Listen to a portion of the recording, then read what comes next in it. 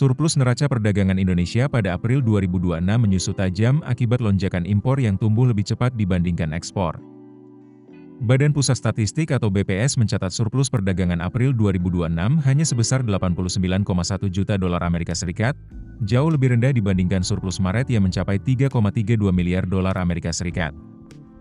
Meski menurun drastis, Indonesia masih berhasil mempertahankan tren surplus perdagangan selama 72 bulan berturut-turut sejak Mei 2020. BPS mencatat nilai ekspor April 2026 mencapai 25,30 miliar dolar Amerika Serikat, sementara impor naik signifikan menjadi 25,21 miliar dolar Amerika Serikat. Selisih yang semakin tipis inilah yang menyebabkan surplus perdagangan menyusut tajam.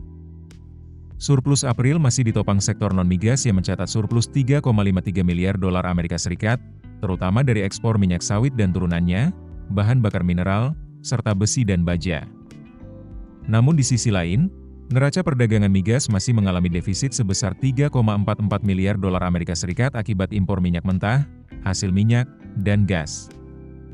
Secara kumulatif, selama Januari hingga April 2026, Indonesia membukukan surplus perdagangan sebesar 5,64 miliar dolar Amerika Serikat. Angka ini lebih rendah dibandingkan periode yang sama tahun lalu yang mencapai 11,07 miliar dolar Amerika Serikat. BPS mencatat ekspor tumbuh 5,48% secara tahunan, sementara impor melonjak 13,40%, menunjukkan tingginya kebutuhan barang dan bahan baku dari luar negeri pada awal tahun ini.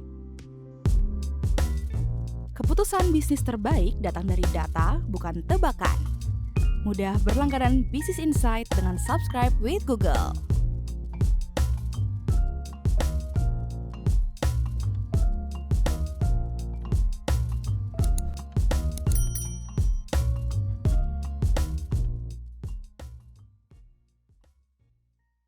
Download aplikasi Kontan sekarang di App Store atau Play Store.